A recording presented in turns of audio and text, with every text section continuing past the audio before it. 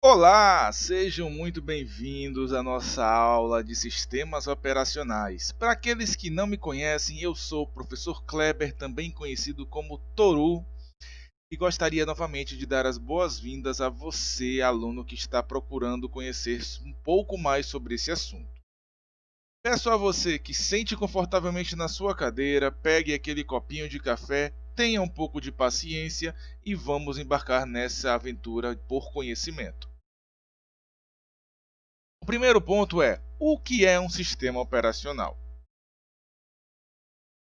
Bom, gente, para começar a falar sobre sistema operacional, eu sempre falo um pouquinho sobre o computador. Porque venhamos e convenhamos, um computador moderno, ele consiste em um ou mais processadores, memória principal, discos, impressoras, teclado, mouse, monitor, interface de rede, dentre vários outros dispositivos de entrada e saída. Imagine agora você que, para lidar com todos esses dispositivos, vocês devem entender seu funcionamento e então desenvolver um software para cada antes de poder utilizá-lo. É notório que nem mesmo os maiores programadores do mundo sabem tantos detalhes de cada dispositivo desse. Para isso, a gente conta com a ajuda de um software que gerencia todos esses dispositivos, e este software recebe o nome de sistema operacional. Então, definindo o que vem a ser de fato o sistema operacional, eu utilizo o site da Wikipédia, tendo em vista que ela é uma ferramenta mundialmente conhecida,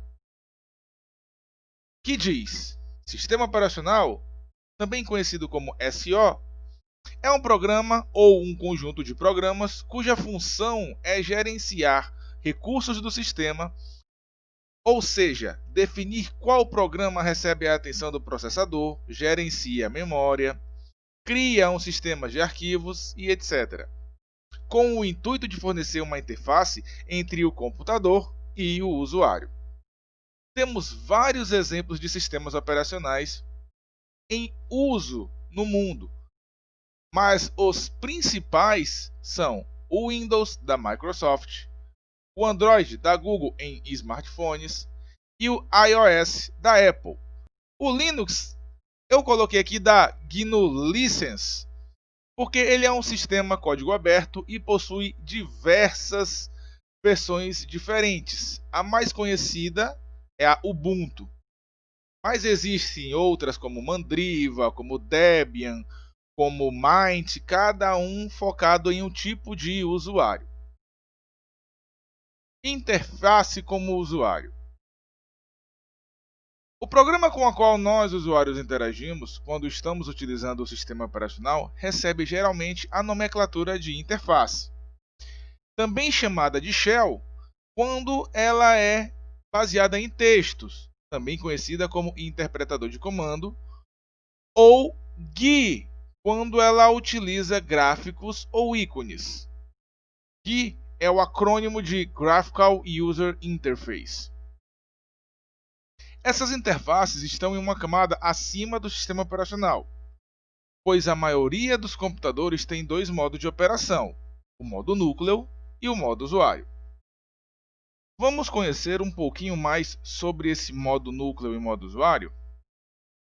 Então, o sistema operacional, a peça mais fundamental deste software, opera dentro do modo núcleo, também conhecido como modo supervisor.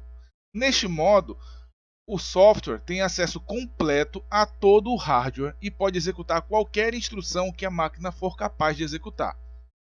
O restante opera em modo usuário, no qual apenas um subconjunto das instruções da máquina está disponível. Em particular, aquelas instruções que afetam o controle da máquina são proibidas para programas de modo usuário. Aqui nós temos uma pequena representação de como seria. Aqui temos uma pequena representação de como é a arquitetura de um computador. No nível mais baixo, nós temos o hardware, toda a parte física do seu computador. Para aqueles que gostam da piada, a parte que a gente chuta. Acima dele temos 3 camadas de software, né? Que também a parte que a gente xinga. A primeira camada do software é o modo núcleo do sistema operacional. A segunda camada é a interface. E a terceira é a camada dos aplicativos. Um exemplo: navegador, um leitor de e-mail, um reprodutor de música. O programa de interface com o usuário, seja ele Shell ou GUI, é o mais inferior de software de modo usuário e permite que ele inicie outros programas, como por exemplo o citado no desenho, um navegador web, um leitor de e-mail, um reprodutor de música. Esses programas também utilizam o sistema operacional, mas existe uma distinção importante entre sistema operacional e software normal, modo usuário. É que se um usuário não gosta de um leitor de e-mail em particular, ele é livre para conseguir um leitor diferente ou escrever o seu próprio, se assim o quiser. Ele, por sua vez, não é livre para escrever seu próprio tratador de interrupção de relógio, o qual faz parte do sistema operacional e é protegido contra tentativas do usuário modificá-lo. Os sistemas operacionais também diferem de programas de usuários de outras maneiras além de onde eles estão localizados. Em particular, eles são enormes, complexos e têm vida longa. O código-fonte do coração de um sistema operacional, o seu kernel, como o Linux ou o Windows, tem cerca de 5 milhões de linhas. Isso é só o coração do sistema. Imagina você ter que imprimir 5 milhões de linhas em papel. Dá papel pra caramba, não é? Então, gente, chegamos aqui ao final desta primeira aula. Espero ter passado os conhecimentos de forma bem simples. E caso você tenha alguma dúvida, manda uma mensagem aqui no vídeo ou me procura no WhatsApp. Estou aqui para ajudar a todos vocês. Um grande abraço e nos vemos na próxima aula. Fui!